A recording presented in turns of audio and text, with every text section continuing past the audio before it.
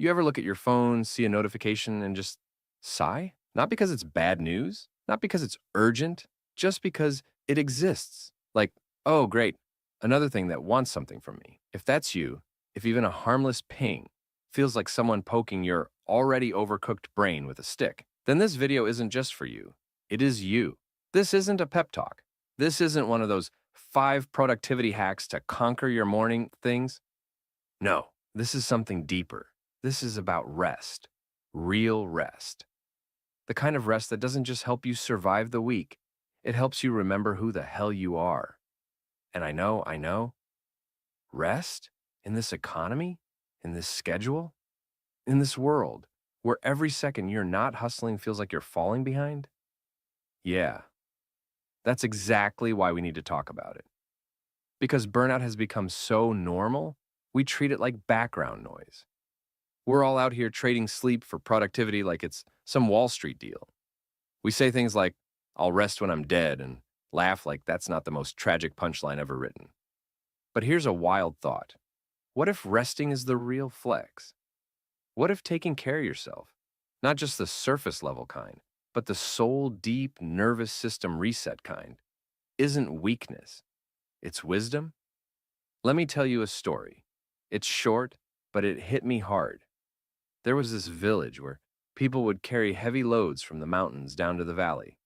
The journey was brutal, steep, winding, dangerous.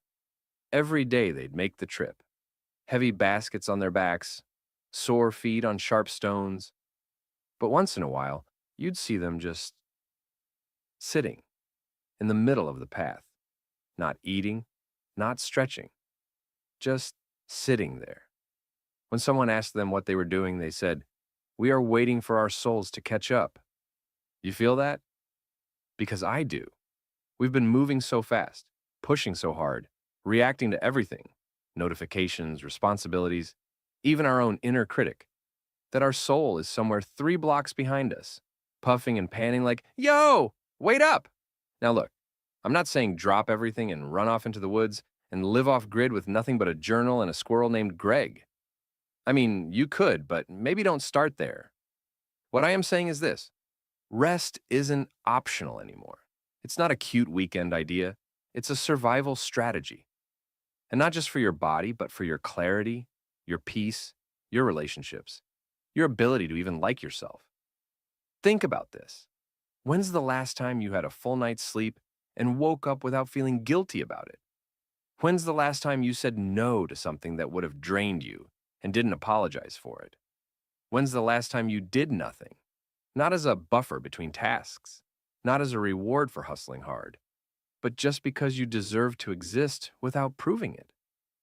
Yeah, it's been a while, huh? That's not your fault. We live in a culture that glorifies being tired. We treat overworking like a sport. Hustle harder, sleep less, rise and grind. Drink your coffee black and your emotions repressed. But what if you stopped playing that game? What if you threw down your superhero cape, kicked off your productivity boots, and just rested? Look, I'm not gonna lie. At first, it's gonna feel weird, maybe even wrong. You'll sit there trying to relax, and your brain will start narrating, you should be doing something. This is lazy, you're falling behind. But that voice, that's not your soul talking. That's your burnout talking. That's the voice of a world that forgot what being human actually means. Being human isn't about being efficient. It's not about checking boxes until you collapse. Being human is messy. It's naps and laughter and long walks and crying at random songs and staring at the ceiling while your brain goes, what even is my life? And guess what? That's okay. That's beautiful. That's you. Let's talk about real rest. Not just sleep. Sleep is important, yes. But real rest goes deeper. Real rest is emotional, mental, spiritual. It's saying, I deserve to exist even when I'm not producing. It's catching yourself spiraling and choosing silence over scrolling. It's not needing a reason to say, no thanks, I'm resting.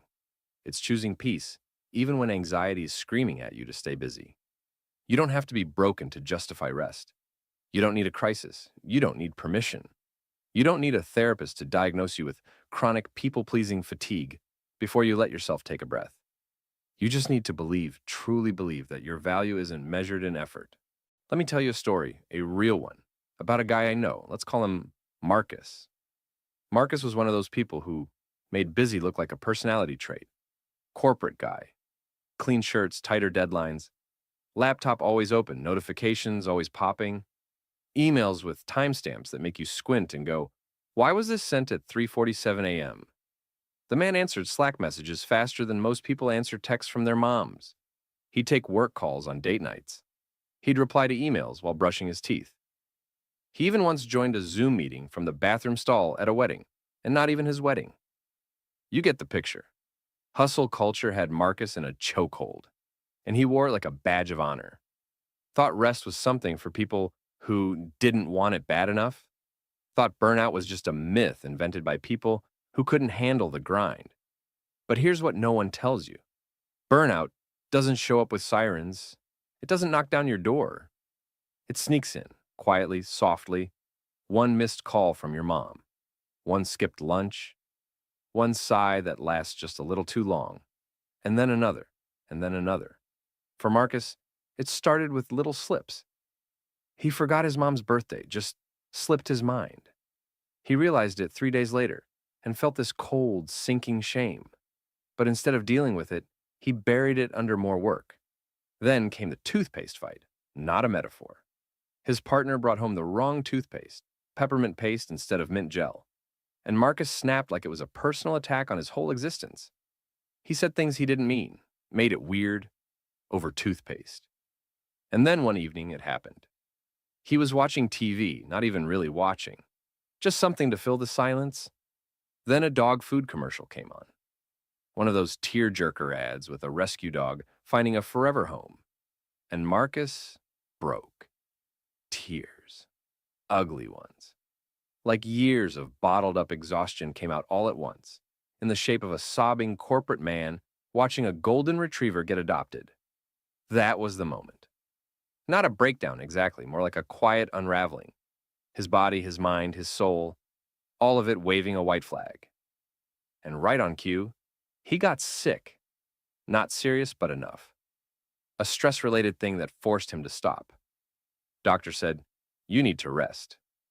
For a full week, no work, no screens, no nonsense.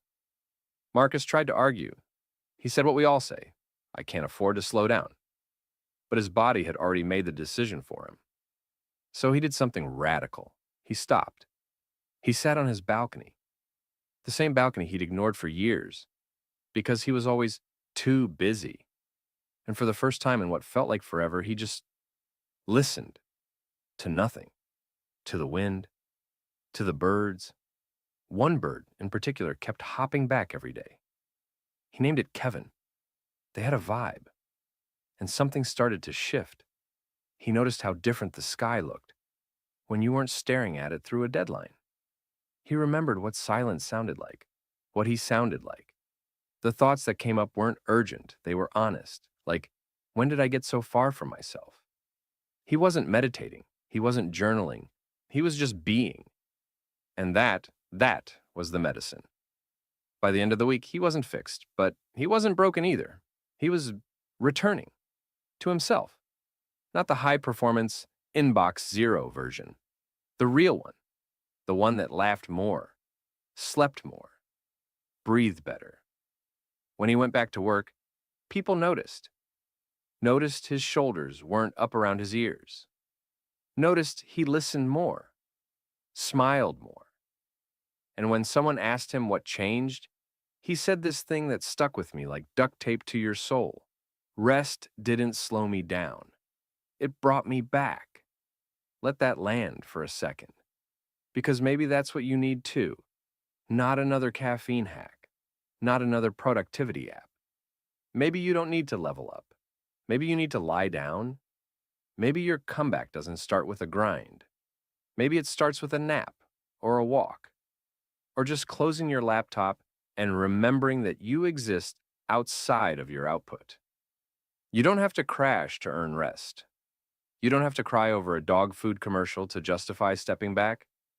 You're allowed to rest now, before your body makes you, before your soul sends you a "we miss you" text. You're allowed to breathe, to stop, to sit quietly, and let Kevin the Bird remind you that the world keeps spinning even when you're not spinning with it. And if someone calls you lazy, smile, because resting in a burnout world isn't lazy, it's revolutionary. It's how you remember who you are before you became a machine.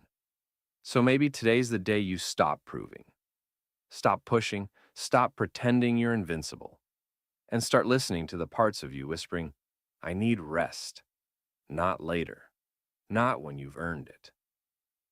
Now, because rest won't slow you down, it'll bring you back.